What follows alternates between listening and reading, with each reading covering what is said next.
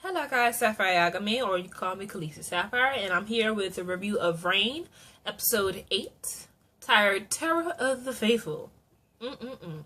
So, within this episode, we have Mary and Francis' relationships continues to be strained because he is keeping secrets from her. He's not telling her that he's being blackmailed by Lord Narcisse. Just tell Mary and she can help you. When you become married, it's no longer about you. Okay, it's no longer about you. It's about you two working together as one.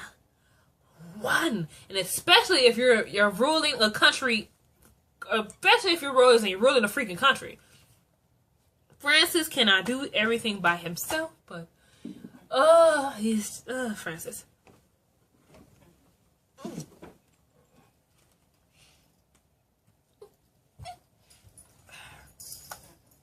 So,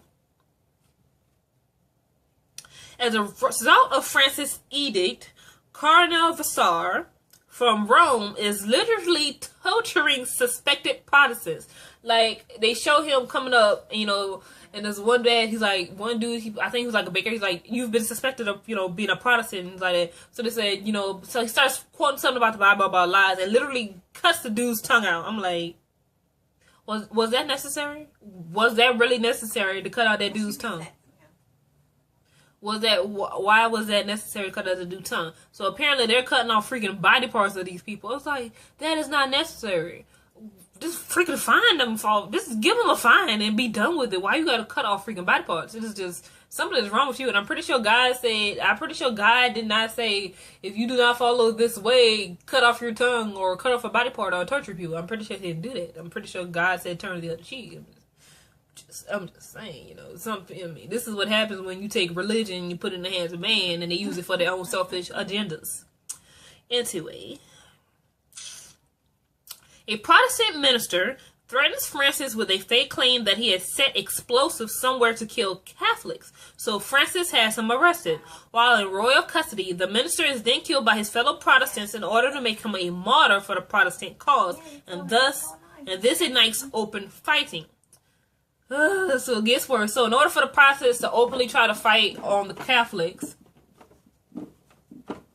they killed their own and lie and say it was a Catholic, so they needed a martyr for they needed their own Katniss Everdeen so they could fight the Capitol, And so, meanwhile, we have Lola revealed to Francis that she did plant the evidence on Narcisse, but said the evidence has been removed and Narcisse is aware of Lola's treachery.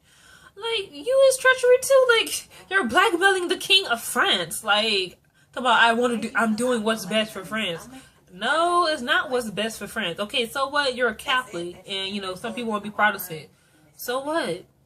I mean, y'all still believe in God. Like, what is the big difference? You both still believe in Jesus Christ as your Lord and Savior. God created heavens and earth and all that jazz. You still believe in the same thing. So what is the big problem? That's what I'm trying to figure out. What is the big deal?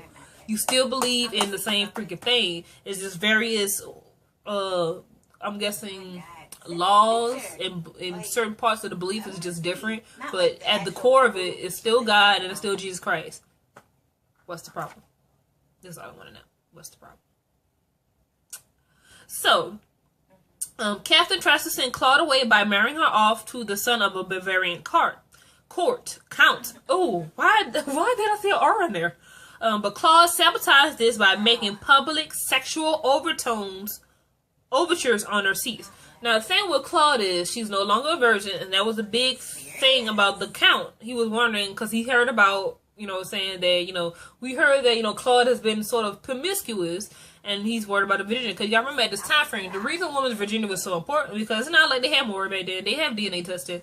You had to be sure that the baby your wife had was yours. And what better way to ensure that your wife was a virgin? Even though technically, when she lost her virginity, she could just go sleep around with a servant boy or somebody and pretend like, hey, just sleep with you and the percentage is yours, I'm just saying.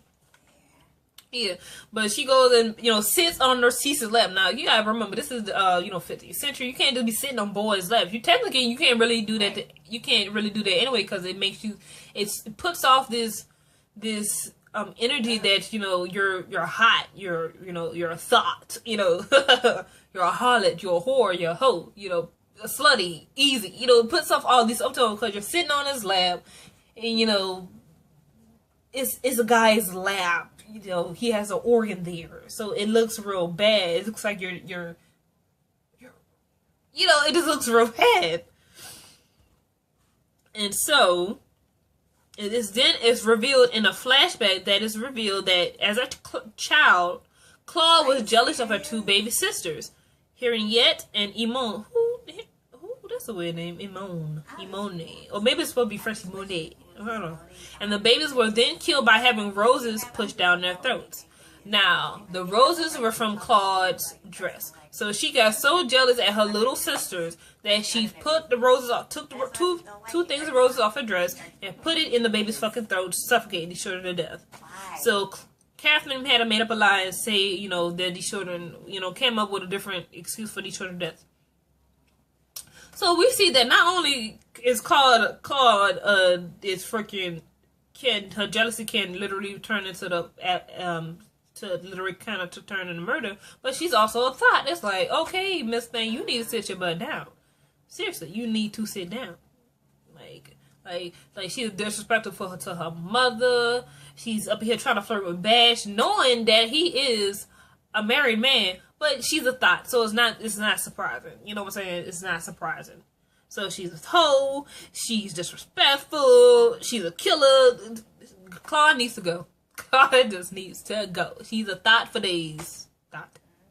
So anyway, that is all for episode 8, Terror of the Faithful of Reign. Comment, rate, subscribe, and I will see you guys again on January 22nd for Reign's return from his winter break.